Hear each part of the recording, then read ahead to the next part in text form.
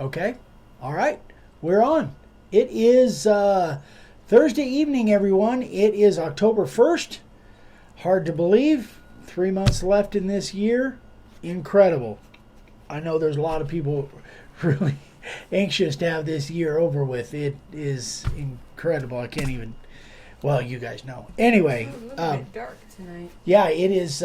Sun's starting to go down sooner these days, so Hi, Tim. we'll have to bring some light out here, or we'll have to go inside maybe within the next week or two. I think we'll bring out one of our background lights. Anyway, as long as it's nice, I'd like to be out here. So, hope you guys are doing well. We've got, tons of things going on. Somebody's slowing down in front of the house. Okay. Maybe they're looking for the pigs. We have that quite often when the pigs are roaming the property. People slow down and want to see the pigs walking the fence line. Anyway, so let's see. Today or yesterday's video was Vicky's table video, and we got lots of great comments. Hopefully we got back to everybody on that, and great things going on. Monday's video, well, I'll get into that later, but I want to get into the questions here. And don't forget the new schedule. There'll be no video early on Saturday morning. The only video on Saturday will be Vicky and I live at 9 a.m. Vicky and me live 9 a.m. Pacific time. So let's get on to the question. So this is from Cameron.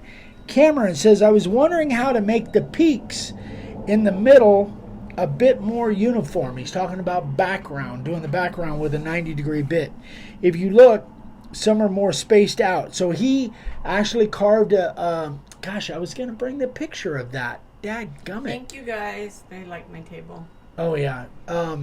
Babe, can you go get the picture on my desk? It's on the second tier, like right where I keep the pictures of the sign carvers of the day. I want to, because I really needed to bring that picture out with this so you guys can see that. I just completely forgot about it. It's been kind of a crazy day. Anyway, so he said, if you look, some are more spaced out than others, and you can kind of see the initial profile line for the letter from the profile bit. So I was a little confused with that. So then I took the 90 to get the filler out, taking out the background, but couldn't seem to get rid of the profile line through both were set at this, even though both of them were set at the same depth. So let me decipher what he's saying there. So he's trying to do the background, my standard background, which looks something like this. This is just kind of the standard background that I do with a 90 degree. Here we go. So yeah, I completely forgot that. So if you look at this, I don't know how close Vicky can get to it, but you can see he was taking out the background here. And I think he was using the 90-degree bit. And when I zoomed in on it, I could see that his motion wasn't the same motion that I use when I do my background, and so it looks different. It's not bad. It's not one right, one wrong. But if he's trying to emulate my background, my standard background, which looks like this, then he's just using. All right, I'm gonna try. We gotta oil this thing. I keep saying that, and I keep forgetting. Oh yeah, we keep forgetting that. Let me hold So. your board. This is looks a little bit different than his background, but it's all in the motion of how you move that bit. He was still using the 90-degree bit, and so what I want to do is, especially for new people that haven't watched much of my background videos, I was going to write down the video number too. Okay, wait, Justin. Too soon? Oh. What are you looking at? The he chimes? said, Justin said, every time I see the weight thing on the bottom of your wind chimes, I keep thinking it's a bug on my phone. You would think that I'd learn after doing it so many times, just hanging out in the right place on my phone. Don't see the wind chimes. So here's a couple tips when it comes to doing my standard. I'm going to be right down on your. Okay. When it comes to doing my standard background, Number one of the biggest mistakes is people don't go deep enough. I'm going to move this bit up, but I'm just move this bit up so I can move it around. But when you're doing the background, number one, you want to be somewhere around 1/4 of an inch deep. That's where I like it if you have the room. This is at my standard 90-degree bit. And when I'm doing my background, I just make small circular motions. They're not all circular motions, but by and large, they're basically a circular motion pattern. They're squiggly. Yeah, squiggly, circly squiggly, circly squiggly. Yes. So, what and by looking at what Cameron did here, he is going way too much. He's leaving. He's taking out too much material. I don't take out near as much material as what he did on here. And I'm going deeper. I think he's going too shallow. I think he's going too shallow as well. There you go. So he's got a lot of straight lines in there. So you want to have more of a circular motion. And again, one of the biggest mistakes early on, if you're trying... Now, I'm not saying my background is right. I'm just telling you how I do my background. If he likes this and if you guys like this, you find your own style. This is my standard background, so I'm trying to let you know what I do to do the background. So small circular motions, go 3/8 to 1/4 inch deep, and just keep practicing like that, and it's not hard to do. So anyway, that is and then his other thing was that I couldn't seem to get rid of the profile line even though I was the same depth as the profile bit. So if he was 1/4 inch and 1/4 inch or 3/16 and 3/16. But here's the thing, and that's what part that was confused me. Here's the thing. Here's just an old standard sign that I had. And so what you're not trying to get rid, or at least me, again, just what I do. Back just a smidge. There you go. I'm not trying to get rid of that profile line. If I was, I'd have to get so close to that letter that I would nick it with a 90-degree bit. This was done with a 90-degree, and I'm not trying to get rid of that profile line. I want to leave that profile line. I like the way it looks because it kind of outlines the letter. So I think that, again, Cameron was trying to accomplish getting rid of that profile line, and the way I do my thing, I don't want to get rid of that profile line. I want to leave that. So if you look real close at those letters, even though you see the background, you can see a definitely groove all the way around the letters where the profile bit did its job. And I like that. I want to leave that. And getting rid of that with a 90-degree bit is virtually impossible without nicking your letters. In fact, I don't think it is possible. Steve Mathias says, is it okay to use a palm router to do the background? Yes. This is a palm router right here. Now, if you watch some of my older videos, I recommended using the full-size routers because I didn't think the palm routers were powerful enough because I was just starting to learn the palm routers. But these palm routers, they got plenty of power to use the 90-degree to do the background. So I've definitely changed. I've been doing the background with palm routers for several years now. So you may have seen an old video that was 5 years old that said I was using the full-size router. But anyway, if you wanted to get rid of that profile line, the only way that I really know to do it is use a spiral upcut or a flat bottom, and you would have a flat background. But you can't do it with a 90-degree bit. If you want to get rid of that, then you'll have a flat background, and if that's what you like, then there you go. All right. Wow, I was windy on that one. Gosh. All right, second question. This one's interesting. I was talking with Nick Ward the other day on the phone, and Nick was saying that his router was making this kind of a high-pitched noise, and he was thinking that the bearings were going out, and it very well could be the bearings. Generally, if you're hearing a high-pitched sound, it's probably one of two things. It's either the bearings, or some routers don't even have bearings. Some cheaper models just have brass bushings. I haven't pulled a router apart in a long time. The good routers have bearings top and bottom, but some of the cheaper routers may have just bushings, like a brass bushing in the top, especially. But here's another possibility of that high-pitched sound. So I just brought one of my Bosch routers out. Bring it closer to you, babe. Closer to me? Okay. I just brought one of my Bosch routers out, and let me show you what I think could be the issue. So you guys know that we have several different bits. I don't know if these will stand up. These probably won't stand up. And we have different lengths. Are those showing up on the table? We have different lengths. So this is the carving liner, and it's basically the same length as a profile bit, pretty close. And this is the shortest one. This is the 90-degree bit. So here's the thing. If you have your router bit in there, and I want you to be able to put that router bit in as far as you can get it in there comfortably and still be able to see what you're doing, because that high-pitched sound, if I had this carving liner bit in there and I had it in that far, which I don't think that the base or the housing would even allow it to stick out that far, but if it was and I was cutting with it, it may be making a high-pitched sound because of deflection of that bit. That bit is getting flexed a little bit, and that could be causing that high-pitched sound. So what I do with these, with the longer bits, I put them all the way in, and then I just pull them out just a hair. And that will ensure that you've got as much holding power with that collet as you can.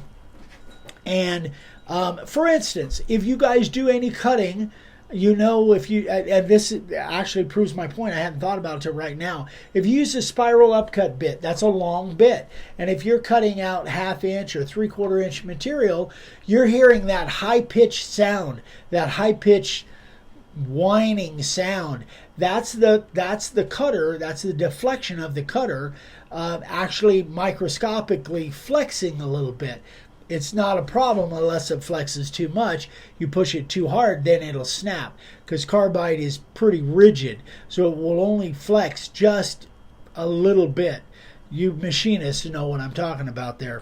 But so that's that could be, that sound could, the sound that Nick was hearing could have been a kind of a lessened version of that, of like when you're cutting with the spiral upcut bit, because it really, that thing really sings when you're cutting through thick material, and you want that bit in all the way and just backed out a little bit. Now some people have suggested to take a little O-ring and put it in the bottom of the throat, so you can just put this all the way in. The reason you want to back it out a little bit is heat expansion and contraction.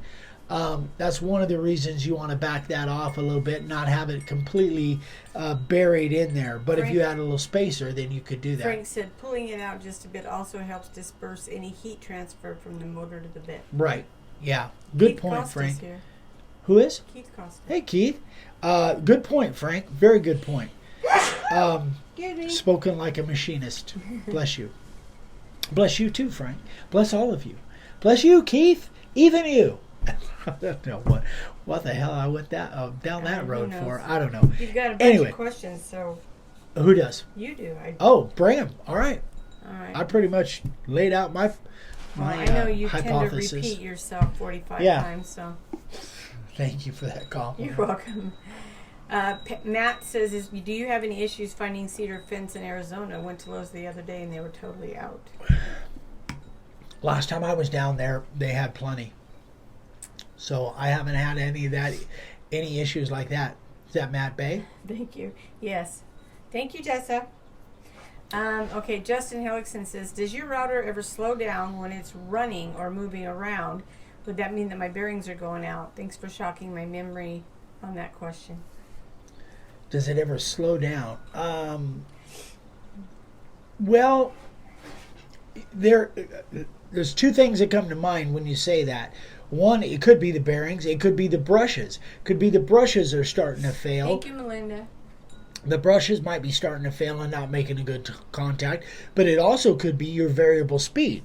Most of these palm routers these days, this one does. Oh yeah, it does have a variable speed. So I always, well, not always, but probably every second or third time, I make sure that my variable speed is full power. And sometimes the vibration, and depending on what you're cutting, sometimes that will back off a little bit. So you always want, that's always the first thing I check, is that variable speed. If I hear a difference in the tone, like the RPMs are starting to go down a little bit, that's the first thing I check. All right. I guess they're having issue. Justin said, "I hope you sneezed into your elbow, Vicky, and don't forget to hand sanitize." Whatever. He can have my germs. Ooh, cooties. Let's see. Let's see. Thomas Gent said, "Our Lowe's is out of everything. Can't find cedar hardly anywhere in Maine." Really? Wow. Charlie Wooster says, "Is the stuff that your dad uses to attach the handles to your base available for purchase?" I will find out. It's actually, in fact, I know we talked about this the other day, Charlie. It's actually, it's not glue, but it works like glue. It's almost like acetone. It's thin like water, and it's like a welding. It's almost like welding for plastic, and it says that it's not glue. But I will get that, find out what it is that Dad uses, Charlie, and I'll email it to you. All right. Justin says his router bogs down, and then when I put it back down on the board, it revs up. Mine is variable speed, and it is always up to the highest speed. It bogs down when it's not on. I can you say that again? Let's see. I'm trying to visualize. Sorry, I've got the sniffles now. Let's see. Hold on, I'm looking for it here. It bogs. All right, I've got two screens here. Yeah. He said it bogs down, and then when I put it down on the board, it revs back up. Mine is a variable speed too, and it's always on the highest speed. Okay, so something's going on there. It sounds like some kind of connection.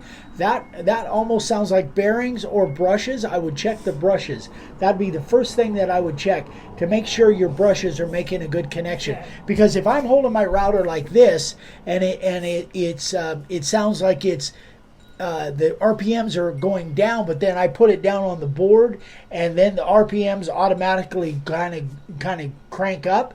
That just sounds like there's something going on connection-wise in here. Nancy Peterson says, my router just slowed down the other day, then quit. Turned out it was the bushings. Yeah. The bushings or the brushes? She says bushings. Okay. Well, again, some... Oh, I take it bushings. Yeah, bushings. Some routers, like I don't know, because a lot of these I haven't taken apart, but back in the old days, the cheap routers would have a bearing down here, and you could, well, I don't know if that's the bearing. That might be a thing behind, in front of the bearing. And then up here at the top of the armature, they would just have a bushing, a brass bushing, and that causes it...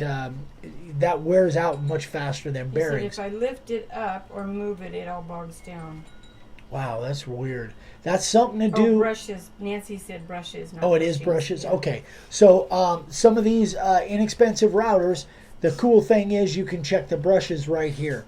I don't know about yours, Justin, but that's what I would check. I would check the brushes because it just sounds like it's losing connection. So it could be electrical. It could be, your cord. It could be inside the top of your router, something to do with the electrical. But the first thing, the easiest that I would check would be the brushes. He said it's done it with both of my Bosch routers, so I've had so thought maybe it was just that style. No, it shouldn't do that. It definitely shouldn't. But that sounds to me like it's probably brushes or some kind of electrical thing. Josh Tolson says, talked to a guy at Lowe's yesterday about the Porter cable router. My store hasn't done their reset yet, so he told me to keep checking back and see if their price has dropped. Ah, well, that's maybe encouraging there. I hope that works out. Let's see.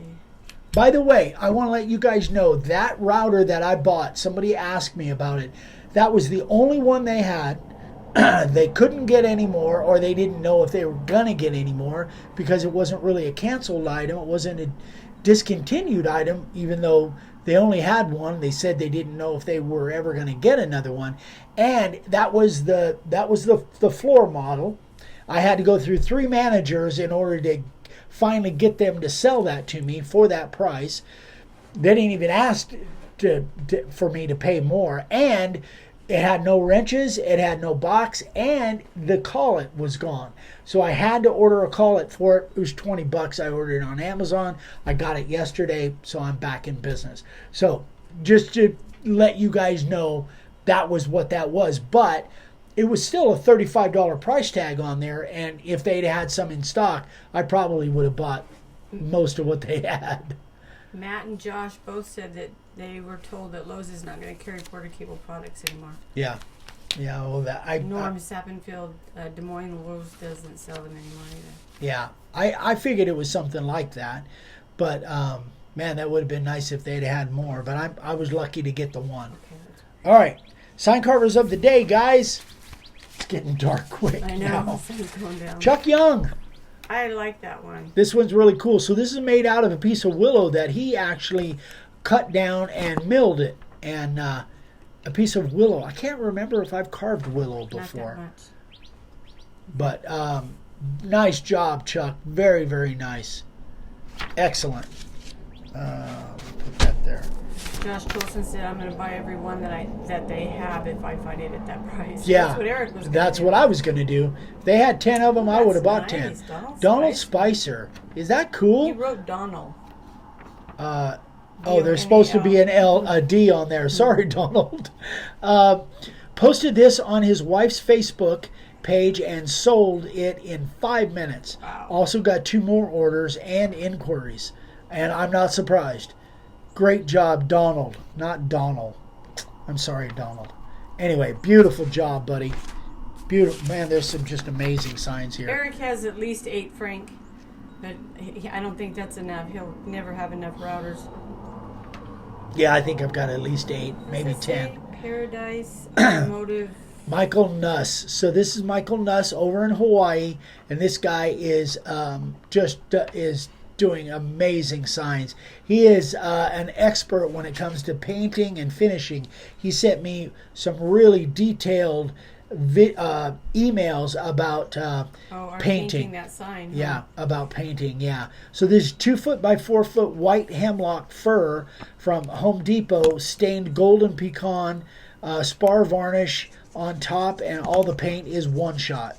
Anyway, spectacular. He's the one that did that noodle house that you said you really liked with the bamboo stalks and stuff on it. Michael's just doing amazing stuff.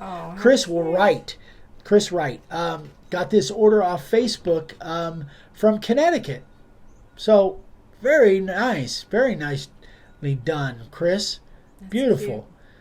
And that's a commercial sign. That's good. Excellent. Steve Amos, I'm not sure. This one's really neat. I love the artwork on here. The campfire looks really cool. Just really, really well done, Steve. Again, really makes nice signs. Some really cool signs in here. One of his first, Josh Downhour. Josh and his fiance are making signs together. Josh and his fiance are making signs together. Very cool. How cool is that? For just starting out, you guys are kicking butt, man. That looks nice. Nicely done, Josh. And the future Mrs. Josh. Nick Ward. I was just talking about Nick. So he was one of the questions. Nick's doing some really, really cool stuff. So he went through his process of how he did this. First of all, he painted the board red. Then he put masking tape over the whole thing. Put packing tape over the masking tape. Did his paper on top of that packing tape. Then he put packing tape on top of his layout. And then he carved it, sprayed it white, removed all the tape, did a little touch-up, and applied the finish. Very nice. Yeah. Yeah. Well done, Nick. Great job, buddy. Steve from. He's here. Is he? Mm-hmm. So this is his second sign. And I got to tell you, those some pretty straight lines for only your second sign, especially on one of those rounds. Hold it up just a little. Great job, Steven. Love it. For only your second sign, pretty impressive. Good work, buddy. Scott Christian. I heard of that guy. He's here, I think, too. So Scott did this, and this is his antique oak, posted on Facebook and sold it. Sold it in 2 days, he said. I really like that. Looks terrific. It has a very antique look to it. And Justin. I think you said Justin's here, didn't you? Oh, yeah, he asked all the questions. Another one of his Hold it up. amazing flags. Is that good? Mm-hmm. Another amazing flag from Justin. Terrific job, buddy. Justin's a master at these flags. Fantastic work, everyone. Beautiful work.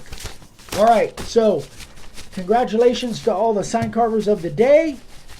And I have, I'm doing something, I'm trying to figure out something to do different with these sign carvers after they post on here. But if you guys sent me a sign carvers of the day and you haven't seen it yet, it's probably in the queue. So let me know if you have any questions. Matt has a question. How do you figure weight for shipping a sign for shipping cost? Got a possible order for another flag sign in North Carolina. So here's what I do, Matt. I kind of, if you have a scale, I kind of take the material that you know that it's going to take to make the sign. Hopefully you have some. Let's say it's a 2 foot by 4 foot sign, and I need to kind of try and estimate a weight.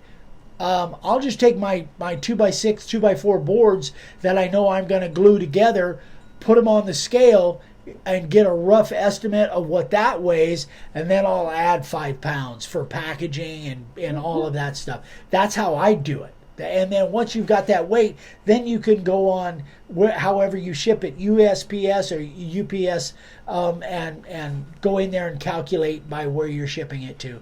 That's what I do. I just guesstimate by raw materials, put them on the scale, and then I add a few pounds. Okay, that is it, guys. Thanks so much for watching. Tomorrow night, live over on YouTube. Dad will be here. We'll have some stuff. Oh, and we've got an amazing giveaways going on tomorrow night. A $50 gift certificate tomorrow night, and also some just amazing products, Hunter's special products coming from Danny Meadows over at Jim Price Auto. So you guys definitely want to, and we'll have some trivia. Vicky's going to come up with some amazing trivia for you. Surprise, Vic. Yeah, definitely you want to check that out. There will be some two really cool giveaways tomorrow night over on the YouTube channel. And anyway, that is it, guys. And we will see you tomorrow night and tomorrow morning. Oh, a new Zoom tomorrow morning. What? You keep Yeah. Okay. All right. We're out. Vicky's giving me the kill sign. So, thanks, guys. We love you. We'll see you tomorrow night. Guys. Bye.